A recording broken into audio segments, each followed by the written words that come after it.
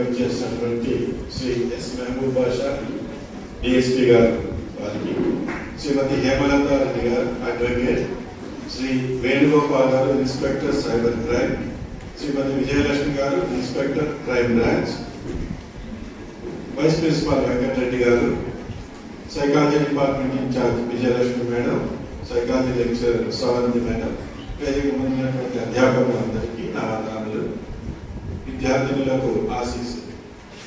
So మీరందరూ చాలా మందికి మీకు సైబర్ క్రైమ్ గురించి, దానివల్ల కలిగేటటువంటి నష్టాల గురించి మీకు తెలుసు.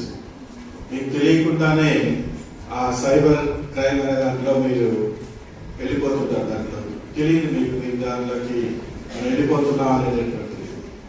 మన హాస్టల్లో, గర్ల్స్ హాస్టల్లో 900 స్టూడెంట్స్ ఉన్నారు మేడం హాస్టల్లోనే. బయట నుంచి డే స్కాలర్స్లో 600 వస్తారు. టోటల్గా యూజీలో 1500 వరకు స్టూడెంట్స్ ఉన్నారు. హాస్టల్లో ఉన్నటువంటి 900 మెంబర్స్ కూడా అందరికి ఫోన్స్ ఉన్నాయి. సో కాబట్టి ముఖ్యంగా వీళ్ళు కాలేజ్ బియాండ్ కాలేజ్ అవర్స్ పేరెంట్స్తో మాట్లాడడం అట్లా మనకు జరుగుతుంటాయి. సో అటువంటి పరిస్థితుల్లో ముఖ్యంగా వీళ్లకు దీని మీద అవేర్నెస్ ఎక్కువగా అవసరం.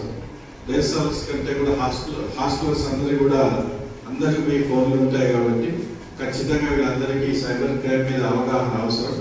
ఆ ఉద్దేశంతోనే ఈరోజు మన కళాశాల ఈ కార్యక్రమం ఏర్పాటు చేయబడింది.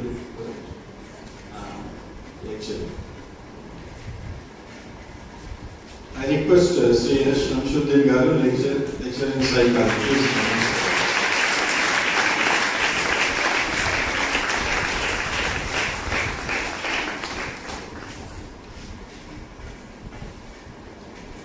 మీ ఫ్యాకల్టీ కూడా నా ఫ్రెండ్సే. సో మీ అందరికీ కూడా ముందుగా అభినందనలు. ఎందుకంటే ఈ రోజున్న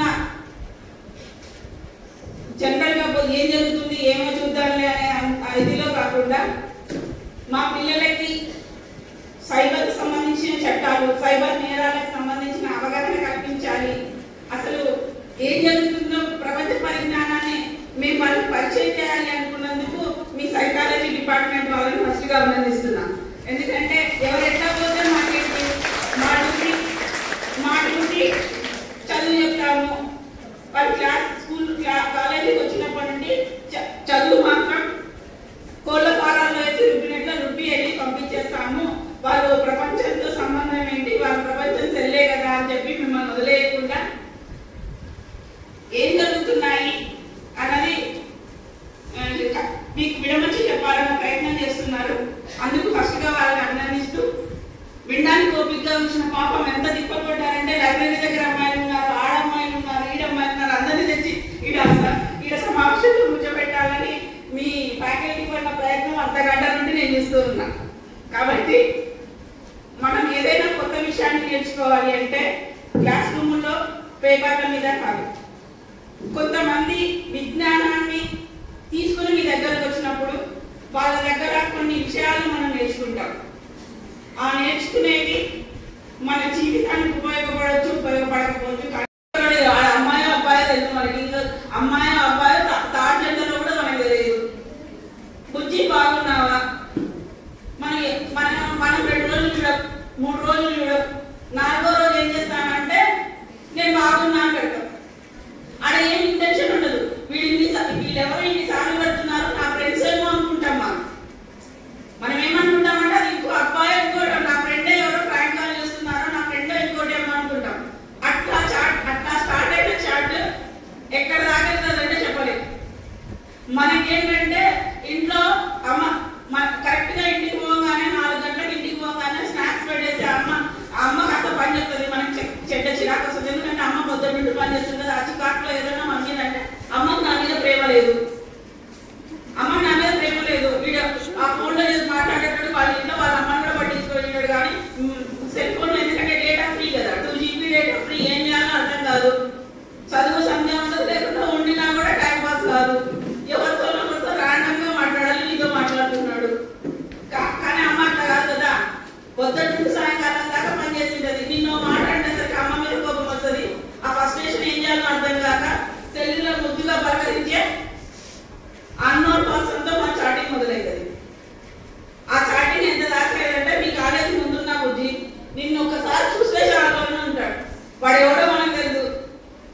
వాడు మోహన్ మూడోది వాడు ఏం చేస్తున్నాడు, వాడు మనకి ఇచ్చిన బిల్డప్ ఎంత ఉంటాయంటే అబ్బో అంబానీ కొడుకు వీడేనేమో అన్నంత బిల్డప్ ఇచ్చింటాడు మనకి. లేదంటే మన రూమ్ నంబర్ ఇండియా డ్రెస్ వచ్చింటే ఇంటికాడికి రావికి మాత్రం స్పెషల్ గిఫ్ట్లు వస్తుంటాయి. అదే పెద్ద ఉండేవాడు వాళ్ళ నాన్న జోబులో కొట్టేసి 500తో నీకోసం ఒక కీచైన్ లేకుంటే ఒక చిన్న బొమ్మను లేకుంటే మన ఆడపిల్లలకు అందరికి ఏంటంటే టెడ్డీ బేర్ చిన్న చిన్న ఇట్లా చాక్లెట్ ఇస్తేనే మన కేవీఆర్ అంటే లిటిల్ హార్ట్ సినిమాలో ప్రేమించుకున్నారా సినిమాలో బిస్కెట్ ప్యాకెట్ చూపించినారు కదా మనకి. సో అట్లాంటివి ఏంటనే మనం ఏమనుకుంటాం, అబ్బా మనకి ఎంత మనం అంటే ఎంత అభిమానం అనుకుంటాం. అప్పటి నుండి ఏమైతుందంటే మనకు చదువు మీద ఇంట్రెస్ట్ తగ్గిపోయి దేని మీద ఇంట్రెస్ట్ పెరుగుతుంది, మన సెల్ మీద ఇంట్రెస్ట్ పెరుగుతుంది. టింగ్ అని కొట్టిందా లేదా కనుక, అవునా కదా, టింగ్ అని సౌండ్ వచ్చిందా లేదా, లైట్ వెలిగింది లేదంటే పక్కన డిస్టర్బ్ అయ్యేదా, లైట్ వెలిగిందా లేదా, పుస్తకం కళ్ళేమో పుస్తకం మీద ఉంటాయి, ఇట్లా ఉంటుంది ఇట్లా ఉంటుంది అట్లా ఉంటుంది, అవునా. ఇవన్నీ జరుగుతున్నవి మేము రెగ్యులర్ గా చూస్తున్నాము మా దగ్గరకు వస్తున్నప్పుడు. ఈ కాస్త పరిచయం ఎక్కడ దాకా అవుతుందంటే నేను యూనివర్సిటీ కాలేజ్ ముందు అనగానే పోతాం. మనం అక్కడికి పోయినప్పుడు రామచరణ్ అందరికి ఇప్పుడు పెళ్లి కానీ హీరోలు ఎవరున్నారు తెలుసు, అందరూ పాత వాళ్ళైతే ఏదో తెలుసు కానీ ఇప్పుడున్న కొత్త పెళ్లి కానీ హీరోలు ఎవరున్నారు నాకేదో తెలుసు. ప్రభాస్ మీకు అనుకున్నాం మా బాబా మా పిల్లలు ఇందరికి 3 - 50 సో అనుకున్నట్టుగా నా అమ్మాయిలకి ఇట్లా అనుభవించుకొని పోతే అక్కడ బాబు మోహన్ అనిపిస్తాడు మనకి.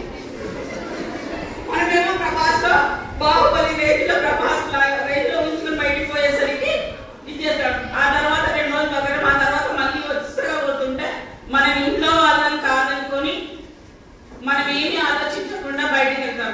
ఇట్లాంటి ఇన్సిడెంట్ మన ఫన్ ప్యాకెట్ అని సోషల్ మీడియాలో వచ్చేది. ఒకప్పుడు చిన్న చిన్న స్కిట్స్ వేసేవాళ్ళు. ఒక మైనర్ అమ్మాయిని స్కిట్స్ కోసం తీసుకొని వచ్చి ఆ అమ్మాయి మీద లైంగిక వేధింపుల కేసులో ఎక్కడో బయట నుండి వచ్చిన వాళ్ళు ఎవరో చేయరమ్మా. ఈ మన ఎంత పడిన పిల్లలు కానీ ఇంకోరు కానీ ఎక్కడో బయట నుండి రారు. మన ఇంటిని కూడా ముందరి కూడా పక్కింటోడో ఈవెన్ మనకు తెలిసిన అంకులో ఉంటాడు.